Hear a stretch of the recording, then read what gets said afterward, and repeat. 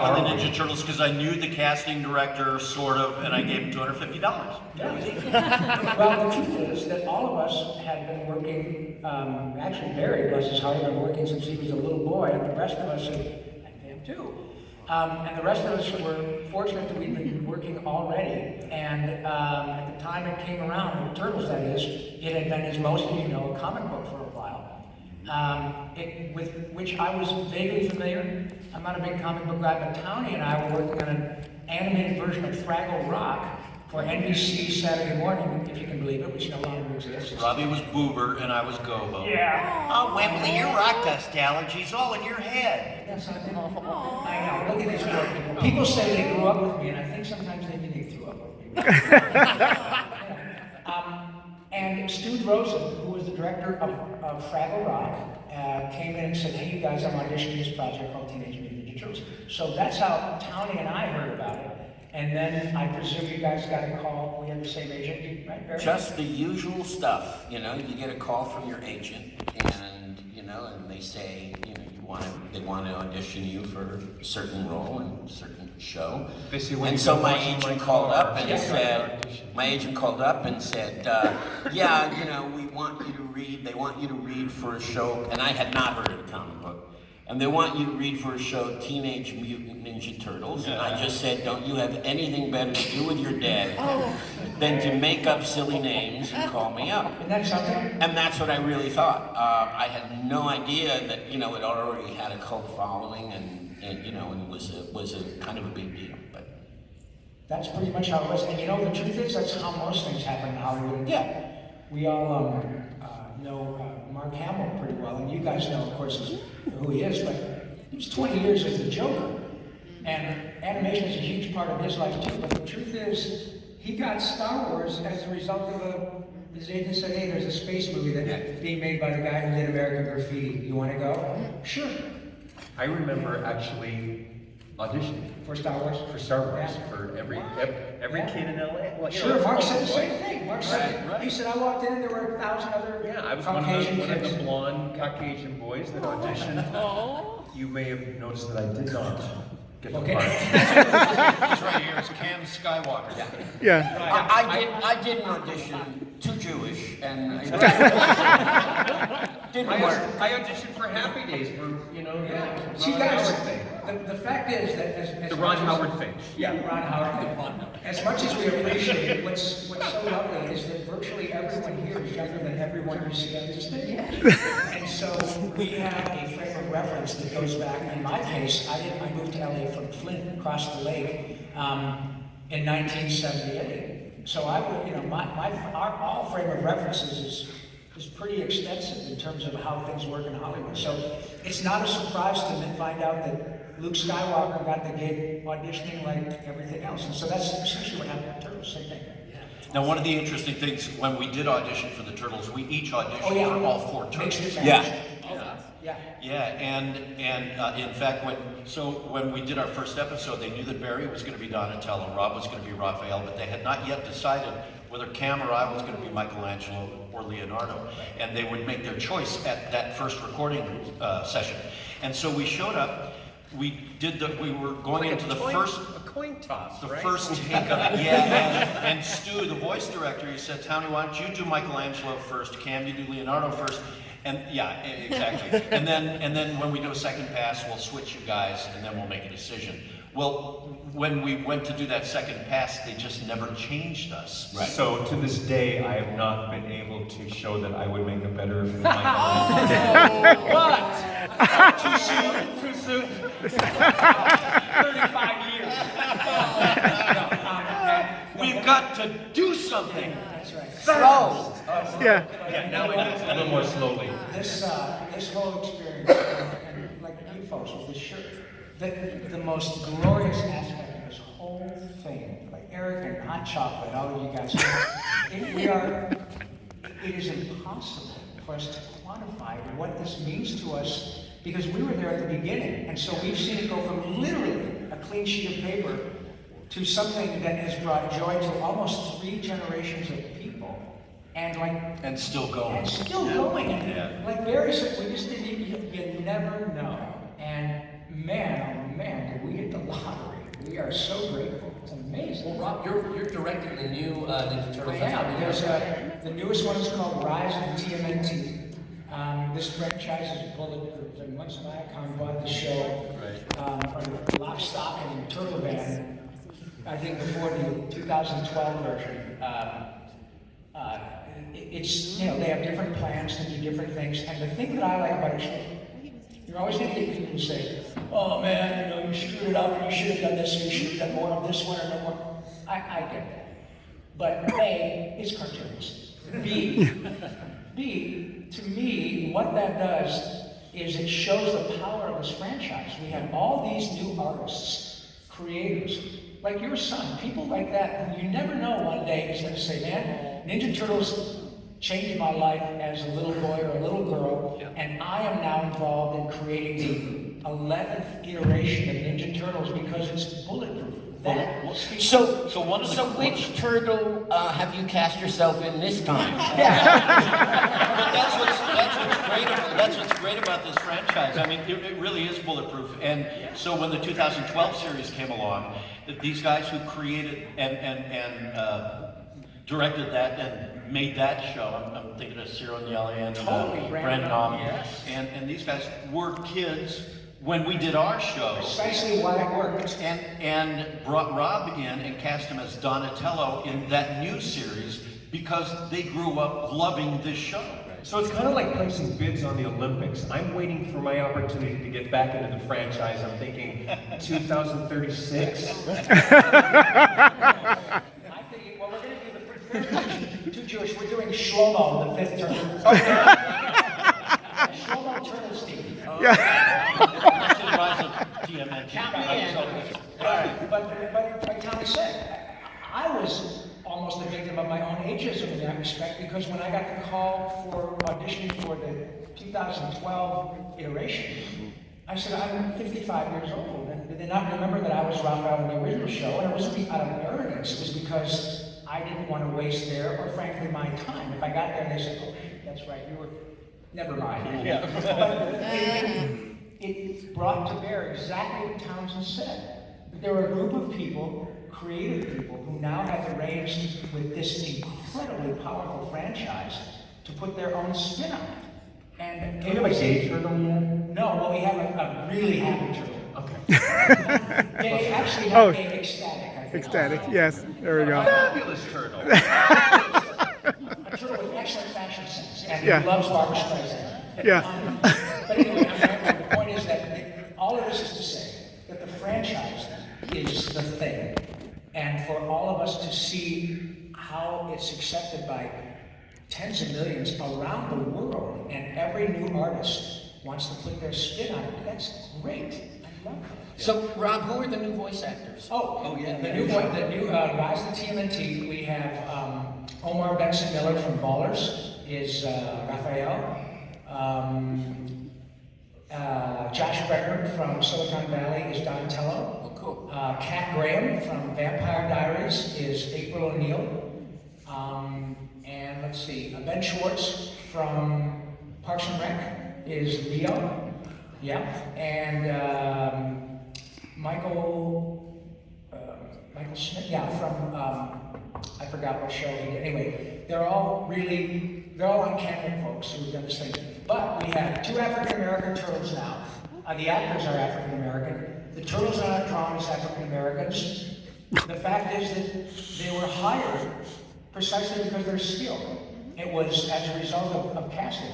But what was also fascinating is that Kat Graham, who is an African-American, brilliantly gifted singer, actress, is April O'Neil, and April, for the first time, is an African-American character. And that's a really big deal, you guys. And I've learned that from my own experience, because the turtles themselves have nothing to do with respect to race or color, and that's excellent. But when you have someone, and Kat has embraced this, who is given, just by virtue of her getting this glorious job, which she's embraced totally, she has this opportunity to draw attention to the fact that, guess what? April has never looked like you, but now she does. That's a big deal. Yeah. That's a really big deal. And especially in the zeitgeist acceptance and pride and all of those things. And Kat has utterly embraced it and is really singing the praises of the whole turtle thing. But again, it goes back to the power of the franchise to be able to put that much positivity forth. It's a glorious time to be a turtle, kids. Well, I would like to open the questions up to you all. We had started a little late, and I know you probably have some questions on your mind. And if you do, go ahead and just raise your hand and step out to the aisle, and then we can discuss your question there if you have one. Anybody? You go. What a surprise, hot chocolate.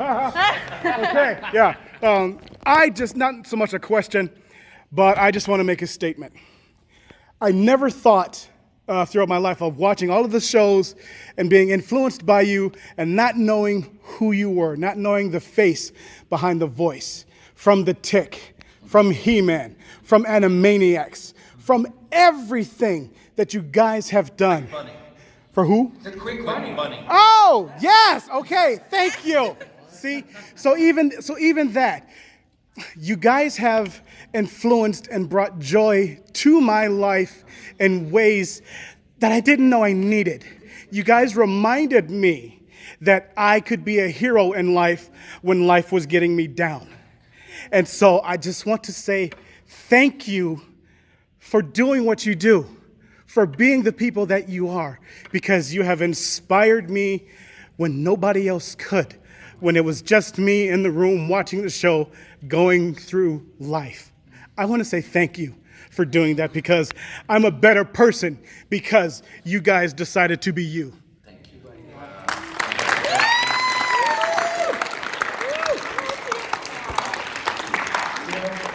Thank you. I was very cavalier in saying, my buddy Hot Chocolate, we have become friends, but he's been so kind to all of us. Hot chocolate is staying in my room. Look, that is not only an impossibly wonderful compliment, my friend, but you said something very important to me when I met you yesterday, which was, or maybe even Friday, when you left and you said, happiness and positivity is a choice. And that's such a profound statement. And you are, heroism has nothing to do with notoriety or money or pulling somebody out of a burning school bus. Yeah, that's a heroic thing. But the things you do every day, the choices you make to be positive, the things you do that bring a smile to someone else's face, that you never know, you are the embodiment of that. And when you say, you put that in my mind, that positivity is a choice. And if that is what's happened as a result of this work, then we're good. It is. So thank you, man. Thank you. Not at all. And Hot Chocolate, you got to understand too that when we started doing this series, none of us had an inkling, any idea that it would turn into what it's turned into as a franchise for sure. But more importantly, the impact that it would have on so many kids' lives. We hear these kinds of stories all the time, and it's just monumentally humbling to look back and realize what I thought was just a job. I'd come in and record this episode and then move on to something else in the day. And to look back now and realize that, holy cow, this really was having a serious impact on so many kids' lives in so many ways. That's just a gift I could never have imagined or asked for. It continues to amaze me. Yeah. So thank you for saying Thank you. It's just My pleasure. it's such a blessing. Oh my goodness. Well, I guess we're done. I won't top that. Clarifying question. Did you say you're from Flint? I am. Me too. Oh I my still gosh. live there. Where in Flint? The berry You know, patch, it's the corner Fenton and of, Atherton. Close to downtown. Anyway, I was like, No, I was born in Detroit, and then I went to high school in Grand Blanc. So great. Flint, I say Flint because, Yeah. But Grand Blanc is where I went to high school, and I lived in that area for, Michigan, 20 odd years until I moved to California.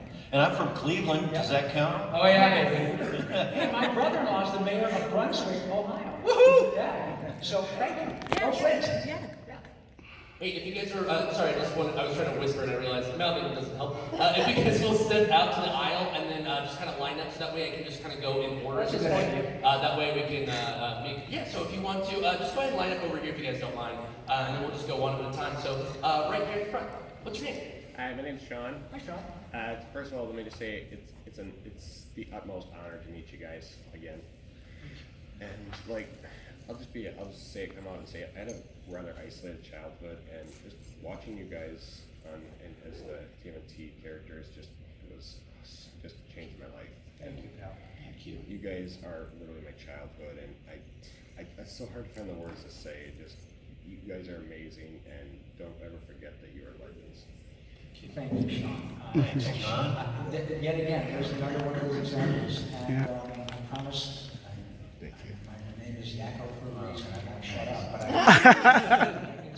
we can't let those incredibly kind remarks go by. That what we hear often, as Tommy said, is you're the voice of my childhood, which in and of itself is a profoundly wonderful gift because it's always said with love and appreciation. But then we meet people like you folks who will say, Rob, Cam, Eric, Tony, but for this or that show, my childhood was a mess. I was a foster child from the time I was 6 months old until I was 18, and I went through 4 different homes, and I always was bent out of shape about how I would fit into this new family, but as long as there was the TV, I knew that I could connect with what was familiar. How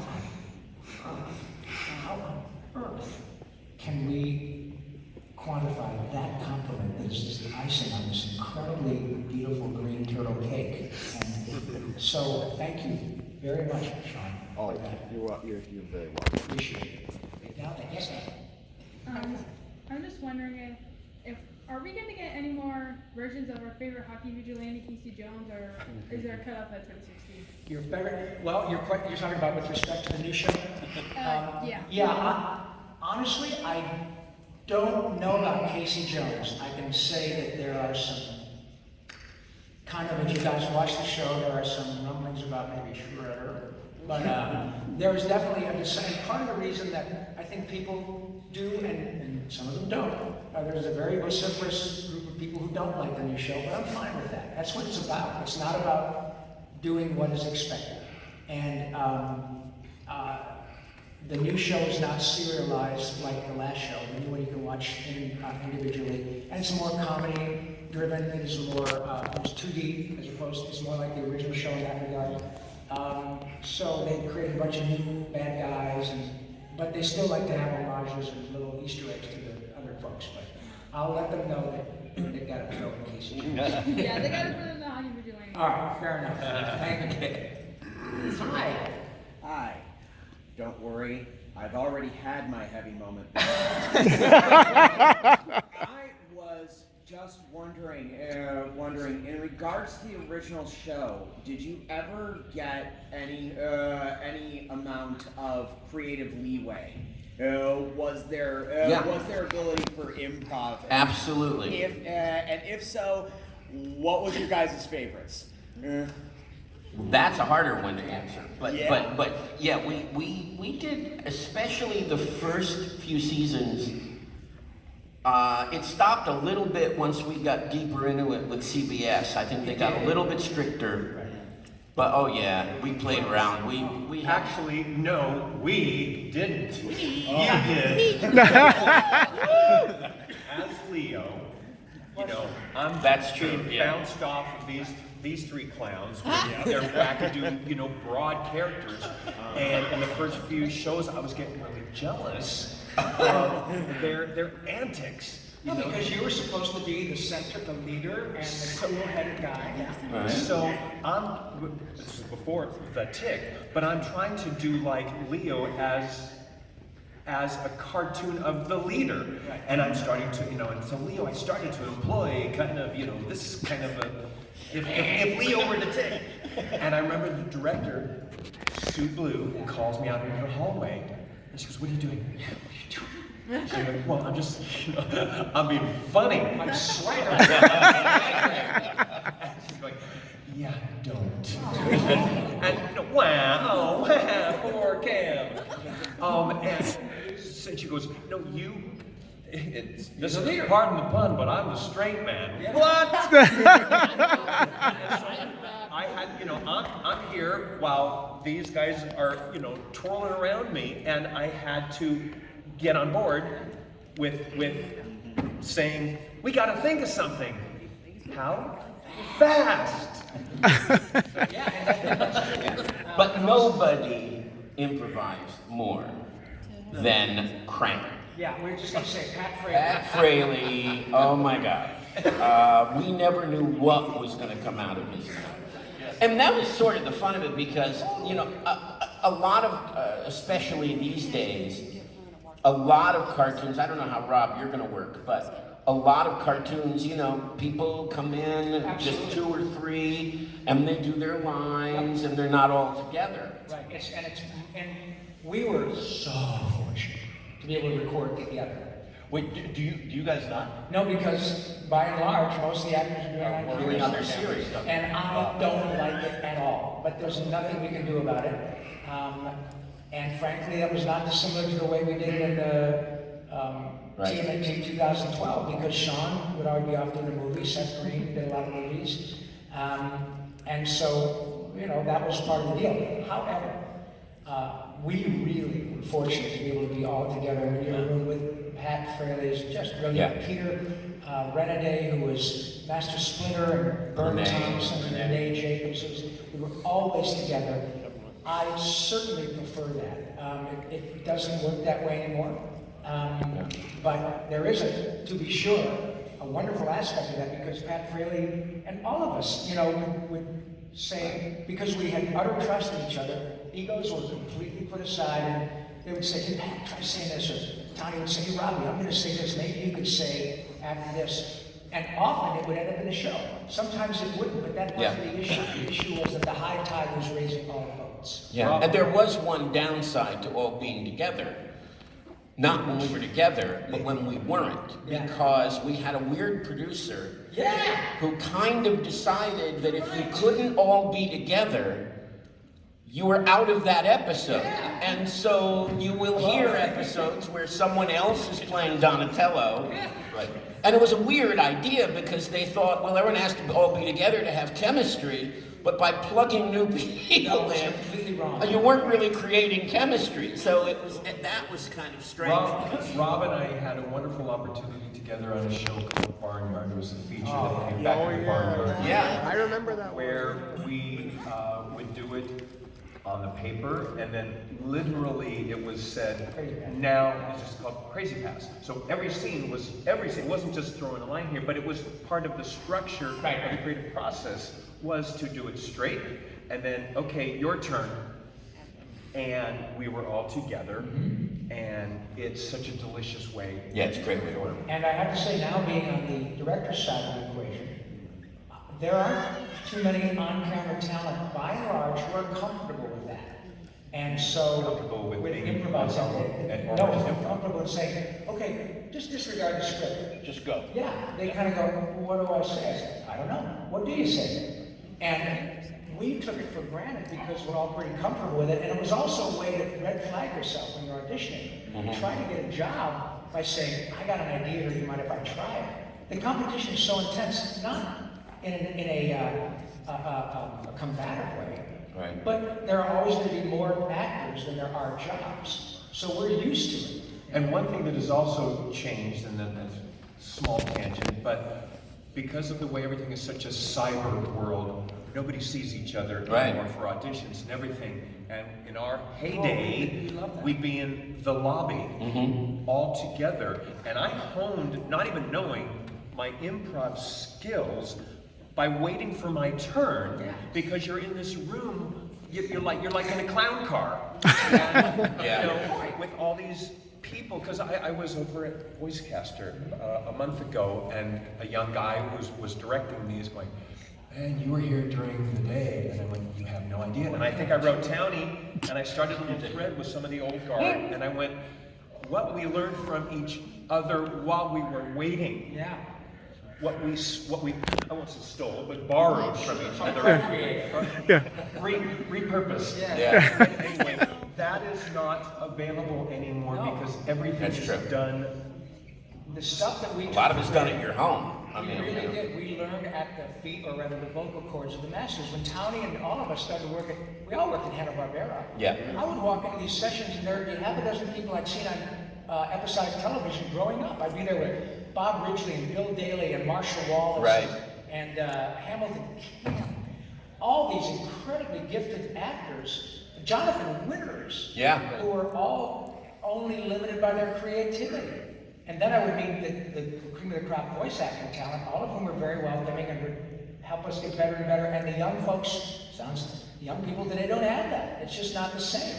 But we are incredibly fortunate to have had that circumstance. And thank you for asking. I'm glad I got a extremely long tangent. Thank you very much. In other words, let's not talk as much. That's what he's telling us. Sorry, we are only going to be able to take this last question. Oh, I did it again.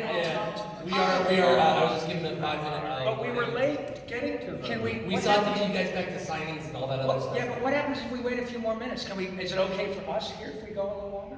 Is there a panel coming I right can try and text and find out. So let's just answer the next question. I'll handle Let's do it. Okay. We'll try to be brief. Yeah, there's $20 for you.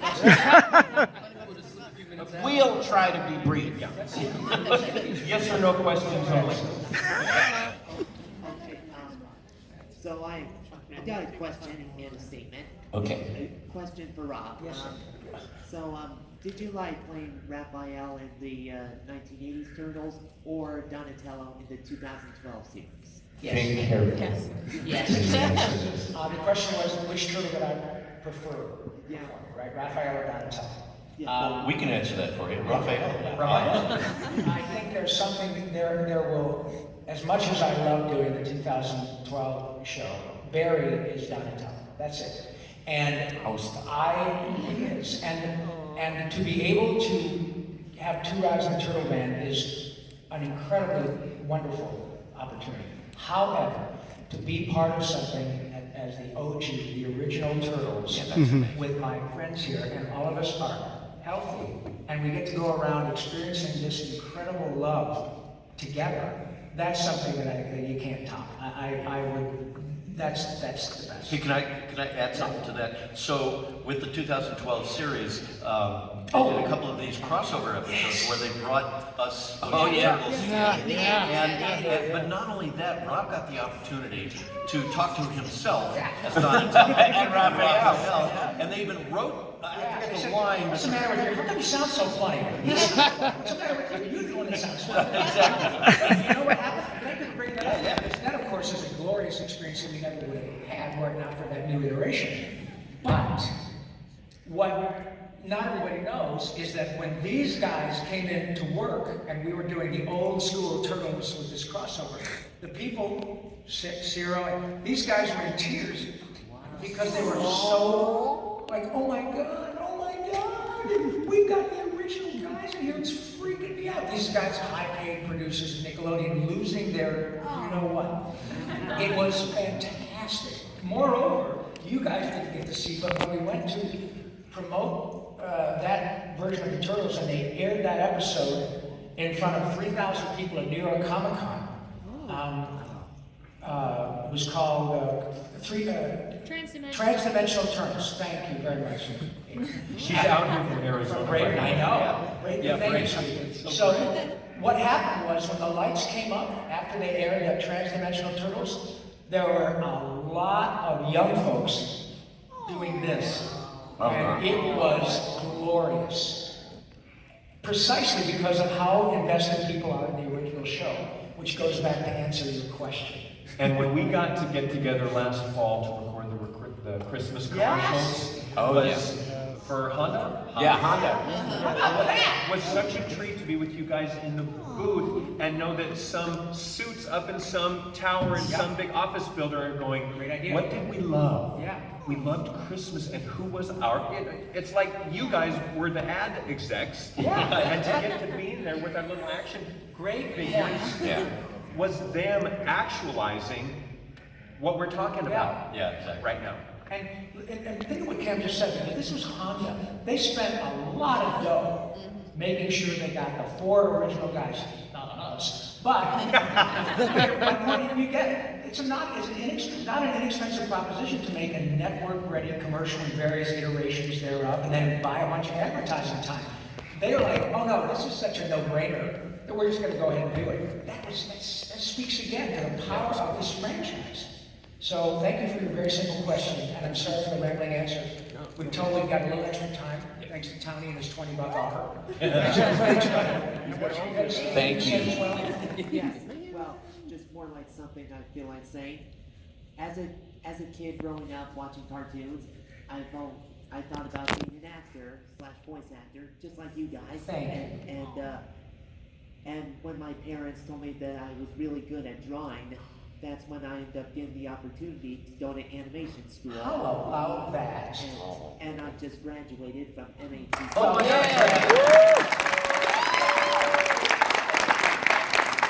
Well done, young man. Congratulations. How a frickin' bummer. We have the shot. There you go. Thank you. Congratulations. That's great, man. Thanks, guys. Hey, Great Flash. job. My name's Nathan. So my question is, we know Rob's got Rise of TMNT. Is there any other projects the rest of you guys are working on or possibly looking into working on? You know, I need a new driveway. I set aside a couple of weeks. I got to jackhammer this thing out, and then pour some new concrete there. So As Cam shows off, Amway's not just soap anymore.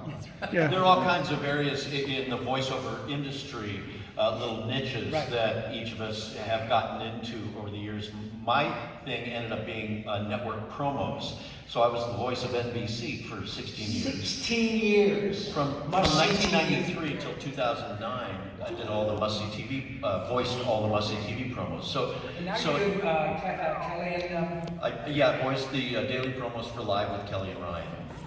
What keeps me going. So I do a little animation here and there and some commercial stuff if and when it comes up. But And I started so young that I kind of woke up one day and decided I wanted to do something else. So now I'm show business since she was like 5 years old. so now I'm teaching at Cal State LA. I teach in the graduate department. I teach film acting in the graduate department.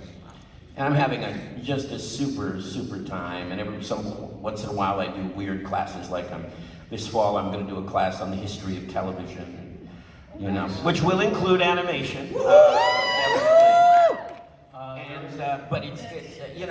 I'm just having a wonderful life, and I'm so happy, and that I have something to offer to a new generation, and that's I hope it's going to be the next generation of voice actors and on-screen actors. There's an area of voiceovers called looping, and on television shows I work on Agents of S.H.I.E.L.D. and I work on Power Snowfall, doing fight grunts, and death rattles, and hospital pages, and police pages, and all of the things that go on in the background are laid in after production is shot. And like when you see a film and on the screen and the couples are dancing or they're at a nightclub, people are just going. There's no noise during because you get bumps in the sound if the background people were chatting, or even if there was music, because you got his close-up, the master shot, and it would go bump, bump, bump every time they cut. So we go in, they lay in the music, as you all are aware of, after the fact, but we also go in and lay in the chatter at the high school football game or the cocktail party that's fun. or the whatever. So that's where I've And talk about improv skills, man. Great. yeah, that's it right there. Yeah. So, All there. You get the last one, I think. Awesome. All right, hey, Brady. Braden. All right, hey boys. hey. Hi. She said it just like Cam said it.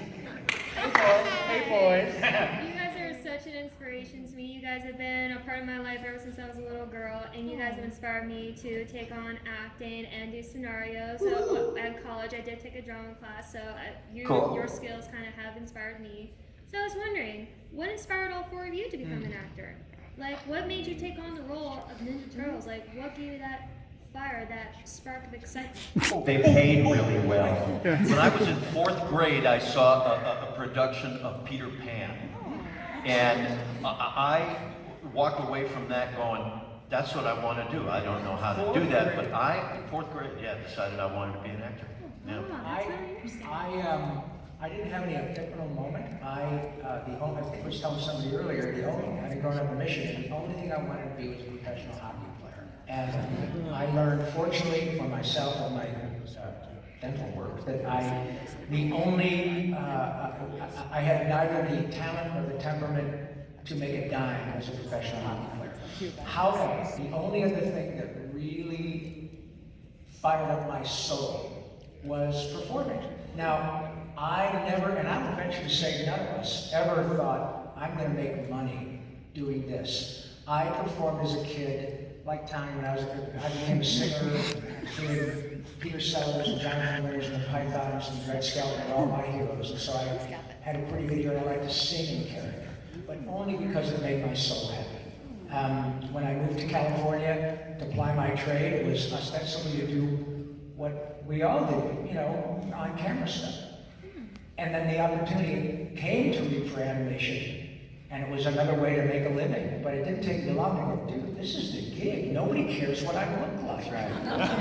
And they still don't.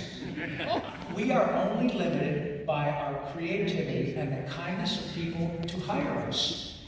What a glorious way to make a living. If you're not a movie star, doesn't get any better because we're not. I would never have been hired as Carl Wieser. I'd be looking like this, and then I wouldn't say, are you going to finish that croissant? Are you kidding me? So I just love doing it. Barry, you've been interested when you were so young. Yeah, well, I'm the septuagenarian in here. I turned 70 last year. You did not. Yes, No I way. did. No way. Age vary, I will How say. about that? And thank you. And I remember when I was about 3 years old, because I started as, believe it or not, a singer at 3 years old.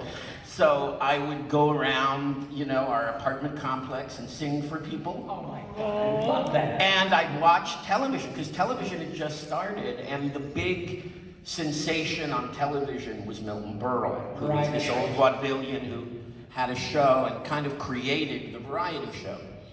And I watched that show, and I sat in front of the show, and I said, I want to be on that. Yeah. And 3 years later I was. Yeah. So it was, and that kind of started, and I started doing sketches along with the songs. Yeah. And that's how I started acting, kind of. And then the first real acting job I had was on Make Room for Daddy. Yeah, Danny Thomas. You guys remember the song, I did that. I ain't getting nothing for Christmas? Yeah. Nothing for Christmas, 5 yeah. years old. Cameron, How old were you when you did that? 6. 6. Yeah. Cameron was born into show business. Yeah, I really didn't have Yes. a choice. My parents were performers. My mom was a famous singer, and she and her sisters were known as the King Sisters. Yeah. And they got a show where they added their children. Which, pardon me, all They had a of us- weekly variety show. Yes, and all of us watched it growing up. Yep. Yeah, no kidding. When I met Cam, I really was a bit starstruck Yes. because What? yeah. You were the King fan. Well, no, because I remembered watching. He was the little guy with the shorts. Yeah. I want to say with the later. Now he's a grown up with the shorts. on the King Family show that I used to watch when I was 7, 8 years old. Saturday On night. ABC. On ABC. We watched it. Yeah. So Cameron didn't have a choice. Yeah, it was kind of like Yeah. And I did my first impressions actually on the show. They had me for our Halloween episode. I did Hitchcock. I'm 7 years old. And I did like Hitchcock. Good evening. Welcome to the King. And then I did Durante. They had me do hop chop chop. Everybody wants to get into the act. I have no idea who these people are. So that's a great question, Brady. Thank you. Tommy and I were like, oh, Cleveland and Detroit. These guys You really. guys are the best actors known to man, in my opinion. Yes, you are. It's true. Don't count Daniel Day-Lewis. Yes. Thank you. You know, Our friend Greg Kinker from Phoenix. Yes. Whoa. There you go. Give it up one more time, ladies and gentlemen. Let's get our panel. Thank you guys. Dan Clarke and Rob Paulsen, everyone. Thank you guys so much.